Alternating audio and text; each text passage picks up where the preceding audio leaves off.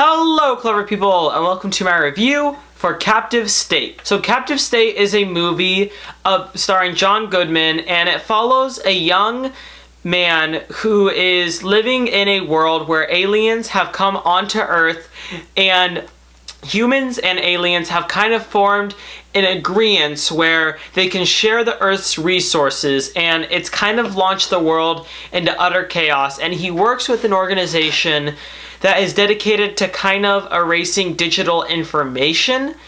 And what happens is that he's contacted by a government organization, and after this happens, he starts getting hunted down for his work. And he also gets involved with something else that's a kind of spoilery, so I won't talk about it. So because that plot synopsis was so vague, I need a reason to explain that. Best reason that I can give is just go watch the trailer, because the trailer is just as vague as the rest of this movie is. In the trailer, they decided to not show anything about the plot. They honestly showed absolutely nothing about what this movie was about. It was just people running. I couldn't tell what was happening. My mom asked me on the way over to the movie theater what the movie was about. I couldn't answer her. All I knew is that it had aliens, and that's all I could say. And honestly, coming out of the theater, I don't know if I could explain the plot any better. I think one of the biggest problems with Captive State is that it doesn't even know its own plot. It doesn't know what it's trying to do. It's just running at 1,000,000 miles per hour, and it has so many ideas going on all at once, and you can't sort any of them out. So the movie loses you by probably like 25 or 30 minutes in, and after that, you're just watching cinematic noise. You're just watching a lot of lights and a lot of sound. And another big problem with Captive State is that the shaky hand cinematography is horrible in the movie. It's nauseating. It is throughout the entire film from start to finish.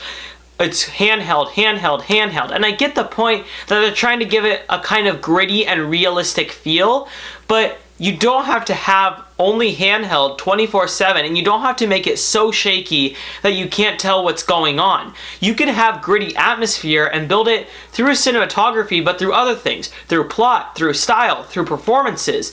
And this movie just thinks, oh, shake the camera around a bunch and make the colors really dark, and that means that your movie is a dark, brooding movie. And it didn't really work out that way because they only paid attention to those two aspects, the color palette and the cinematography.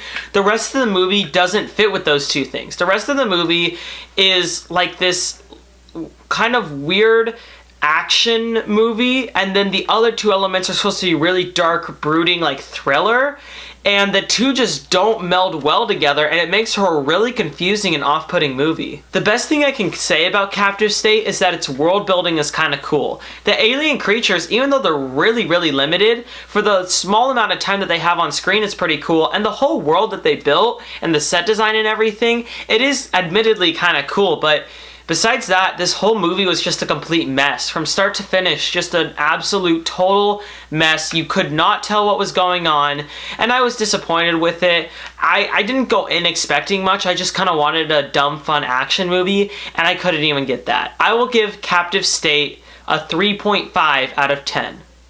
Alright, that concludes my review for Captive State. So, what are your thoughts on this film, or what is your favorite action film? Comment in the comment section below and let me know. I'm Robert Burke, and this has been The Clever Critics. Goodbye.